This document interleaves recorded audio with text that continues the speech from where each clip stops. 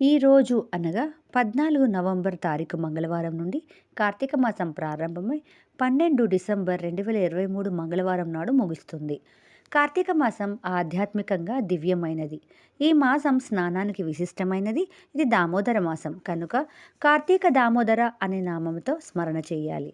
కార్తీక విధుల విషయానికొస్తే ఈ రోజు అనగా కార్తీక శుద్ధ పాడ్యమి నాడు గోమయంతో గోవర్ధనగిరిని తయారు చేసి పూజించి గోవర్ధనగిరికి గోవులను ఈ విధంగా ప్రార్థించాలి. గోవర్ధన ధరాధర గోకుల త్రాణకారక విష్ణుబాహు కృతోచ్ఛాయ గవాం కోటి ప్రధోభవ యా లక్ష్మీర్లోక పాలనం దేను రూపేణ సంస్థిత ఘృతం వహామి యజ్ఞార్థే మమ పాపం వ్యపోహతు అగ్రతః సంతు మే గావో గావో మే సంతు పృష్ఠతః గావో మే హృదయే సంతు గవాం మధ్యే వసామ్యహం అని ప్రార్థించాలి. కర్మలన్నీ స్నానంతోనే. స్నానంబుల్ నదులయందు చేయుట గజస్నానం భుజందం బగున్ మౌనం బొప్ప జపించు వేదమటది మధ్యంబులో నేర్పగున్ నానా హోమములెల్ల బూడిదలోనన్ వేల్చు నేయచనున్ నీనాయోక్తియు నో పదాబ్జరతియున్ లేకున్న నారాయణ వైకుంఠవాస. అంటే స్నాన విధి 5 విధాలుగా తెలుపబడినది శాస్త్రంలో. శ్లోకము స్నానం హి పంచపుణ్యాని కీర్తితాని మహిర్షిభిః ఆగ్నేయం వారుణం బ్రహ్మం వాయుయం దివ్యమేవచ. ఇందులో 5 స్నాన విధులను తెలిపారు. ఆగ్నేయం అంటే అనగా హోమ భస్మ లేపనం చేసుకోవడం. బ్రాహ్మ్యం మంత్రపూతమైన నీళ్లను చల్లుకోవడం. వాయువ్యం గోధూళిని తమకు సోకించుకోవడం. దివ్యం ఎండలోనైనా వానలోనైనా నిలిచి ఉండడం. వారుణం జలమునందు స్నానం చేయడం.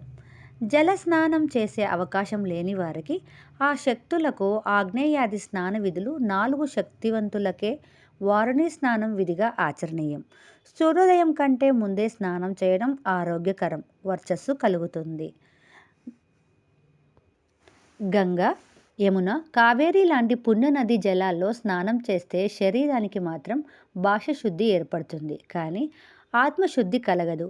తీర్థం చేసి వచ్చాము అని గొప్పలు చెప్పుకోవడానికి ఉపయోగపడుతుంది.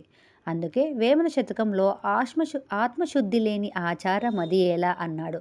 కావున నారాయణ నామాన్ని స్మరిస్తూ స్నానం చేయడం వలన బాహ్యశుద్ధి అంతఃశుద్ధి కలిగి సాత్విక గుణం వృద్ధి చెందుతుంది. దక్ష స్మృతి అనే గ్రంథంలో స్నాన విశేషం ఇలా ఉంది. ధ్యాయేత్ నారాయణం దేవం స్నానాదిషు చ కర్మసు బ్రహ్మలోకమవాప్నోతి నచేహ వర్తతే పునః అంటూ స్నానాది కర్మలను ఆచరించు వేళ నారాయణను ధ్యానిస్తే భగవత్ ప్రాప్తి కలుగుతుంది. యతే పతివ్యాం రజస్వ మాంతరిక్షే విరోధసి ఇమాంస్తధాపో వరుణ పునాతే అగమర్షణ అని ఆకర్షణ సూక్తంలో తెలుపబడింది. ఆమ్నాయాభ్యసనాన్యర్యన్నదృదితం వేద వృత్యాన్యనహం వేదశ్చేయ ఫలాన్ని పూర్త విధయ సర్వే హుతం భస్మాని ద్వాం ద్వాం బోరుహ సంస్కృతిం విజయతే దేవస్స నారాయణ. సర్వకర్మ సమారాధ్యుడైన నారాయణుని స్మరిస్తూ స్నానాది సమస్త కర్మలను ఆచరించడం ఎంతో శ్రేయస్కరం. ఓం నమో నారాయణాయ. సూర్యోదయాస్తమయాలకు ముందుగా ఆకాశదీపం పెట్టే సాంప్రదాయం ఉంది.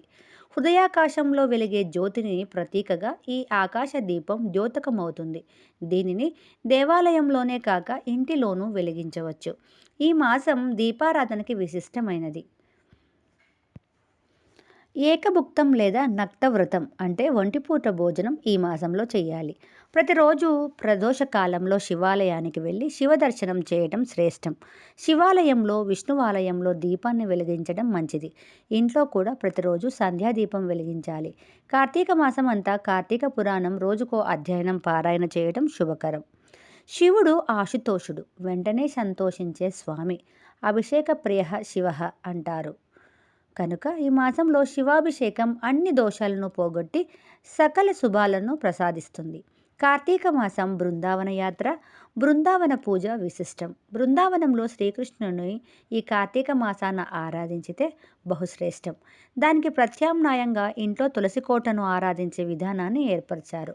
నెల రోజులు తులసి సన్నిధిలో దీపాన్ని వెలిగించి విష్ణు పూజ చేయటం మంచిది. పాడ్యమి నాడు గోవర్ధన పూజ చేయాలి. బృందావనం వెళ్ళి గోవర్ధన పూజ చేయలేని వారు ఇంట్లో ఆవు పేడను ముద్దగా పెట్టి గోవర్ధనగిరిగా భావించి పూజించాలి. కార్తీక బహుళ ద్వాదశిని గోవత్స ద్వాదశి అంటారు. ఈ రోజున గోపూజ చేసిన వారు అనంత కోటి పుణ్యమును సంపాదించుకుంటారు. కార్తీక బహుళ త్రయోదశి మొదలు అమావాస్య వరకు గల 3 రోజులు గోపూజ చేస్తే ఇహమందు ఐశ్వర్యమును అనుభవించి అంత్యమిన విష్ణు సాన్నిధ్యమును పొందుతారు. కార్తీక శుద్ధ అష్టమి నాడు గోపూజ చేసిన వారు సమస్త వ్రతములు చేసిన ఫలమును పొందుతారు. శివకేశవుల అనుగ్రహంతో నిత్యం కార్తీక స్నానం మరియు ఆకాశ దీపం వెలిగిస్తూ నిత్య శివకేశవుల అర్చనతో కార్తీక మాస పుణ్యఫలం కూడా మనకు లభించాలని మనస్ఫూర్తిగా కోరుకుంటున్నాం.